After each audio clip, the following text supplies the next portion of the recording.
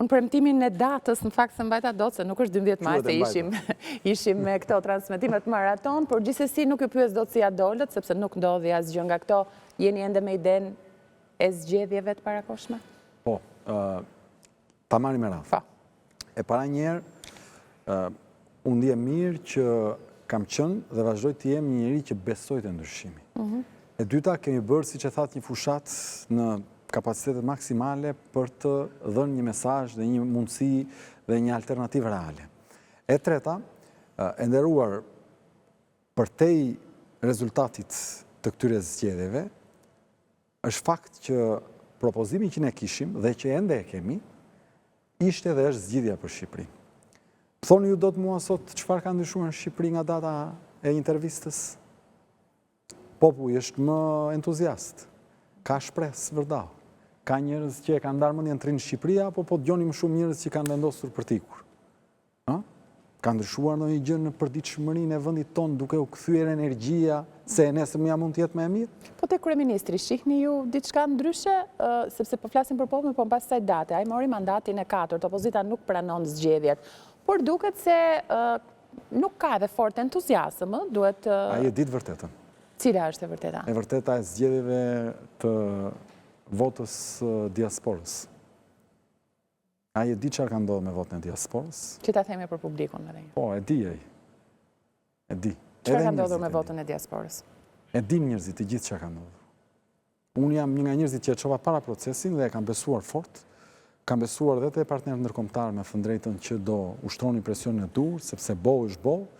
Kam besuar edhe te struktura e posaçme që në këtë drejtim do punojë më fort për të mos lejuar, por njerëzit e dinë të vërtetën. E dinë, e thon kudo, dhe ai e di të vërtetën dhe ndaj është ashtu.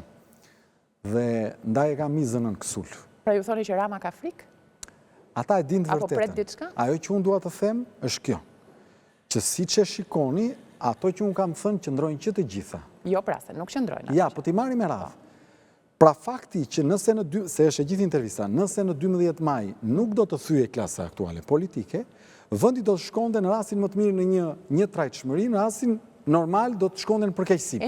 Kjo ka ndodhur, të lutem. E nisim pak që ke 300.000 votat në kuti. Rreth 65.000 sa ishin? Ne kemi marrë 64.268 dhe një 15.000 kusur të pavlefshme, rreth 80.000. E nisim që këtu. Që këtu një jo ke pritshmëri tuaj. Absolutisht jo.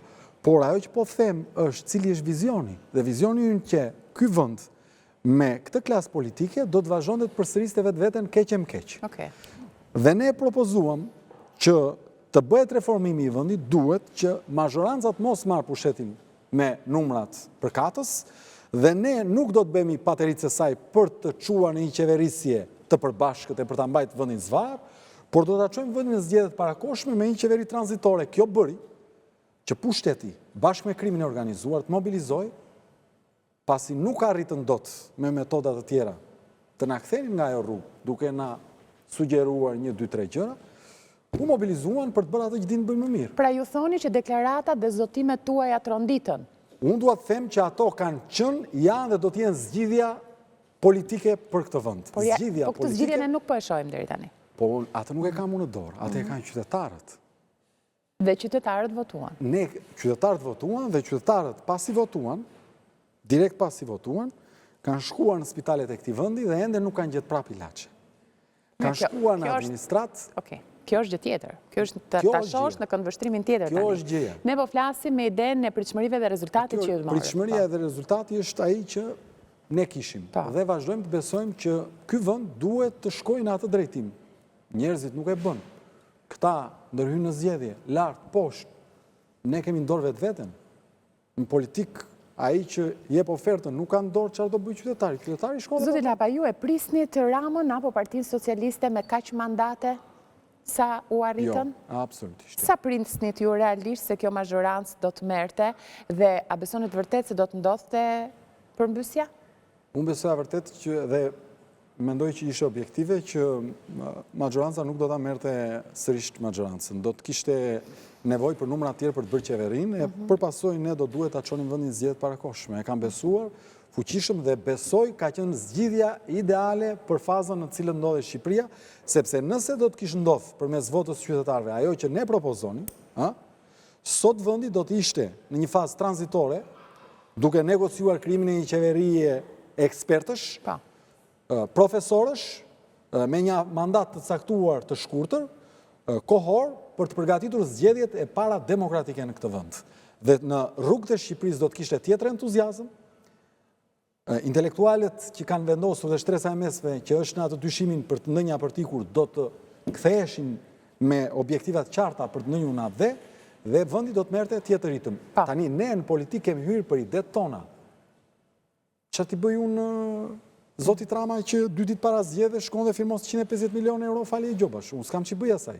Atë, kur duket që nuk po ka që t'i bëj komunitetin ndërkombëtar që është këtu, që nga Bashkimi Evropian, të Shtetet e Bashkuara, e me radhë, që t'i bëj? Unë flasë për kushte normale, pa për kushte jo normale. E di që ndodhë, herës tjetër vjen ai, dhe thot, sa jeni ju 800.000 pensioniste dhe persona në ndihmë ekonomike, apo me aftësit kufizuar? Po, dakord, nga 1.000 euro i keni, bonus, 800.000 euro. Si do e mundesh, pa je blen me 1.000 euro me buxhetin e shtetit. Me dhënë 800 milion euro, për 32 miliard euro buxhet. Nuk besoni se ai që e kanë darë mendjen për ta votuar kundër Edi Ramën nuk të ndohet as nga falja e gjobave dhe as nga bonuset, mund të ketë edhe një vendosmëri të tillë? Ka disa fasha një popullsi. Një popullsi ka idealistët, ka njerëzit që e duan me shpirt ndryshimin, por janë të gatshëm që të votojnë dhe deri aty, pra nuk janë të gatshëm që të bëjnë terror për këtë gjë. Ka një pjesë tjetër që janë neutral, që si ashtu si kështu të shkoj si të shkoj. Ka një pjesë tjetër që janë hajdut, në rregull. Ka një pjesë tjetër që janë njerëz pa dinë pa iman. Çdo shoqëri ka konglomerat, nuk i ka të gjithë idealist. Kështu që mos prit të funksionojnë në atë mënyrë. Ne i flasim asaj pjesë të shoqërisë që beson te shteti e drejta dhe morali.